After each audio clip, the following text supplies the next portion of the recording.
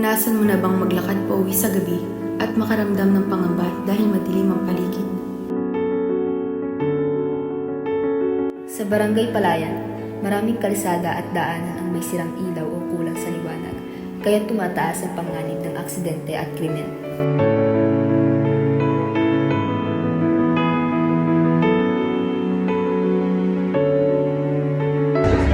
Kami ang mga mag-aaral mula sa Talangan Integrated National High School, pangkat 11 mula ABM, Section Marvelous. Pinakikilala namin ang dokumentaryong ito, Brighter Nights, Brighter Paths, na nagpapakita ng isyu sa ilaw sa ating komunidad at mga hakbang upang ito ay malutas.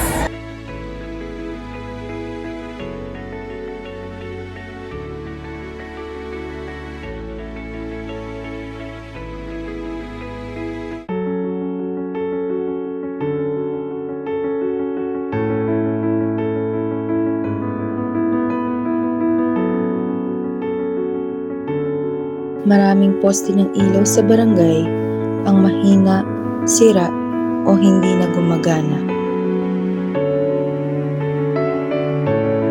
Dahil dito, nahihirapan ang mga residente, estudyante, manggagawa at driver na makakita ng malinaw sa gabi.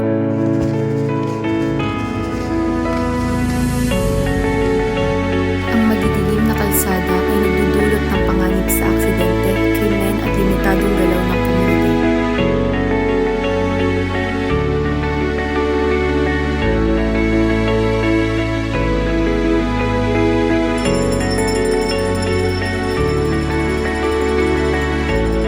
Ang maayos na street light ay mahalaga upang mapabuti ang pag-uwi mula sa kanilang mga tahanan, maiwasan ang aksidente at magbigay ng kapanatagan sa mga residente.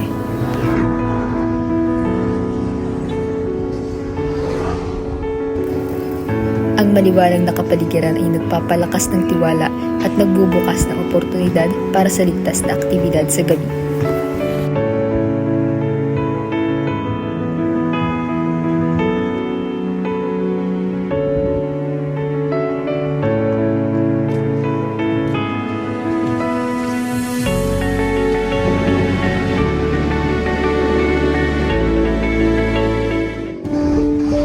Upang tugunan ang suliraning ito, ang Barangay Palayan ay nagsagawa ng pagpapalit at pag-aayos ng mga street light.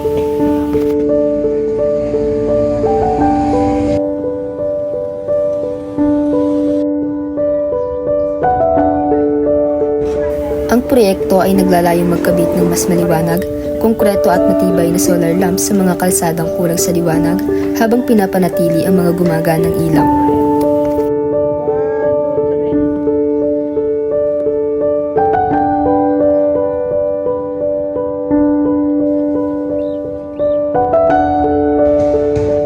Ang implementasyon ng proyekto ay pinangunahan ng barangay, katuwang ang mga residente upang matiyak na maayos at patuloy ang paggana ng mga street light. Nagpapablatter. Kasi wala namang nagpapablatter, so zero accident. Magandang araw po. Sa tingin niyo po ba, sa loob ng isang buwan, ilan po ang nangyaring aksidente sa Barangay Palayan pagsapit ng gabi?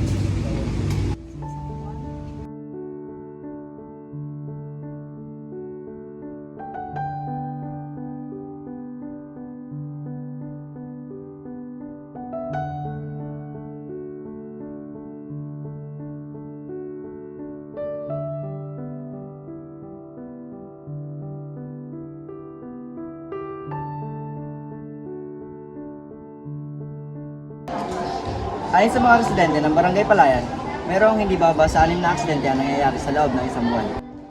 Ang proyektong ito ay nakaayon sa SDG 11 Sustainable Cities and Communities na naglalayong makamit ang ligtas at maayos na pamayanan.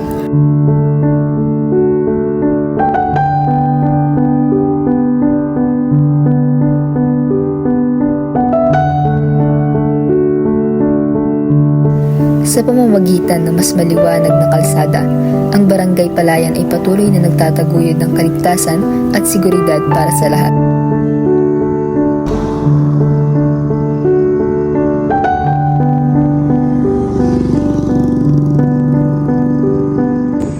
Our solution is simple but effective, install new streetlights, and repair the old ones. We also propose regular maintenance to prevent future problems.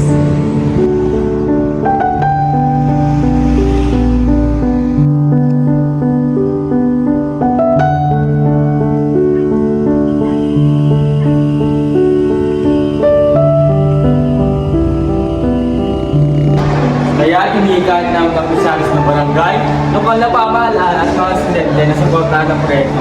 At sama-sama natin suportahan ang proyektong ito para sa kaligtasan ng lahat.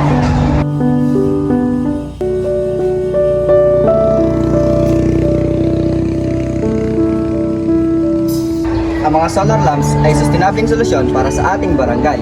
Ang malinaw na komunidad, hindi nabibigay ng proteksyon at kapanatagan. Sama-sama natin paliwanagin ang barangay at tiyakin ang kaligtasan ng mga naglalakad tuwing gabi. A well-lit community is a safe and thriving community.